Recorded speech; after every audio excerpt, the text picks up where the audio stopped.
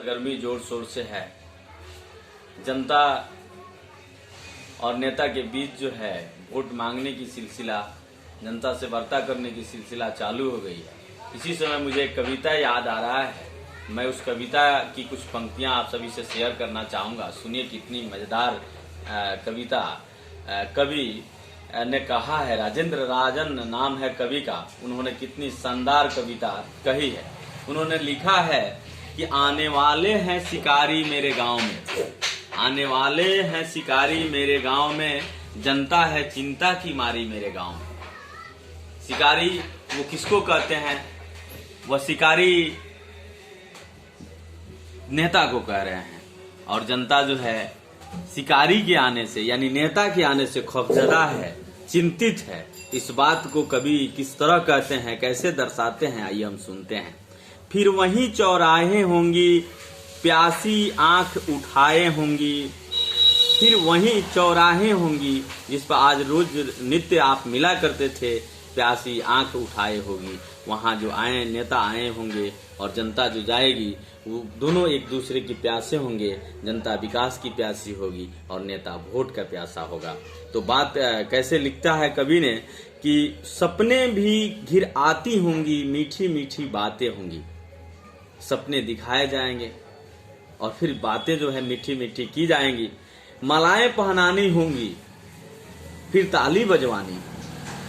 मालाएं पहनानी होंगी, फिर ताली बजवानी होंगी। दिन को रात कहा जाएगा, दो को साथ कहा जाएगा।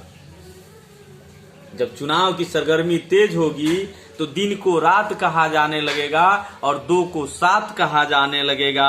आने वाले हैं मदारी मेरे गांव में, जनता है चिंता की मारी मेरे गांव में। मदारी जो आता है, छल प्रपंच करता है, कुछ कहता कुछ और है, दिखाता कुछ और है और चला जाता है। किसी को समझ में नहीं आता, हर कोई ठगा महसूस करने लगता है। तो कवि कह रहा है कि आने वाले हैं, पहले पैराग्राफ में मैंने कहा कि आने वाले हैं शिकारी मेरे गांव में, जनता है चिंता की मारी मेरे गांव में। दूसरे पैराग्राफ में कवि कहता है कि आने वाले हैं मदारी मेरे गांव में, बंदर नचाने वाले, जनता है चिंता की मारी मेरे गांव में। शब्दों शब्दों आहें होंगी, लेकिन नकली बाहें होंगी। नेताओं का जो बाह गले लगने के लिए उठेगा, वो शब्द भर ही आहें होंगी और कुछ क्षणिक आहें होंगी, और जो बाह उठेगा गले लगने के लिए वो नकली बाहें होंगी। कवि इसकी कैसे विवेचना करता है? कहता है कवि कि तुम कहते हो नेता होंगे, लेकिन वो अभिनेता होंगे। अभिनेता मीन्स यह कि वो दूसरे का स्वरूप अपने स्वरूप में धारण करता है। कोई अभिनेता डीएसपी बनता है, एसपी बनता है, फिल्म में हीरो बनता है, राजकुमार बनता है, राजा का बेटा बनता है।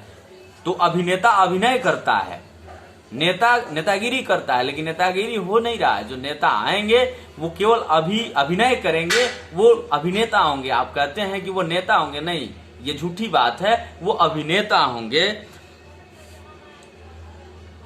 बाहर बाहर सज्जन होंगे, लेकिन भीतर रहजन होंगे। रहजन मतलब भीतर अनेकों प्रकार की विकृतियां उनके अंदर होंगी, वो केवल बाहर से सज्जन होंगे। बाहर बाहर सज्जन होंगे, भीतर भीतर रहजन होंगे। कवि कहता है कि सब कुछ है फिर भी मांगेंगे, सब कुछ है फिर भी मांगेंगे, झुकने की सीमा लांघेंगे।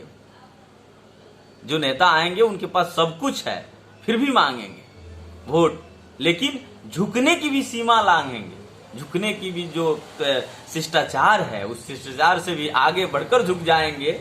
ये सब कुछ है फिर भी मांगेंगे, झुकने की सीमा लांघेंगे। आने वाले हैं भिखारी मेरे गांव में, जनता है चिंता की मारी मेरे गांव में। उनकी चिंता जग से न्यारी, कुर्सी है दुनिया से प्यारी। उनकी जो चिंता है वो जग में न्यारी है भाई, क्या है, काबिले तारीफ है। उनको कुर्सी है दुनिया से प्यारी, कुर्सी के आगे उनके आगे कोई नहीं है, बस कुर्सी प्यारी है। और ये कुर्सी दुनिया की पूरी माप दी जाए तभी उनकी कुर्सी जो है उत्तम हो जाएगा और दुनिया पीछे छूट जाएगी। तो कुर्सी है तो खलकामी, बिन कुर्सी के भी दुष्कामी। कुर्सी है तो ठीक है, नहीं कुर्सी है तो आप दुश्मन हो गए उनके। कुर्सी रास्ता, कुर्सी मंजिल, कुर्सी नदिया, कुर्सी साहिब। केवल कुर्सी ही उनके लिए सब कुछ है। कुर्सी ही रास्ता है, कुर्सी ही मंजिल है, कुर्सी ही नदियां है, कुर्सी ही साहिल है जो नदी को पार करता है।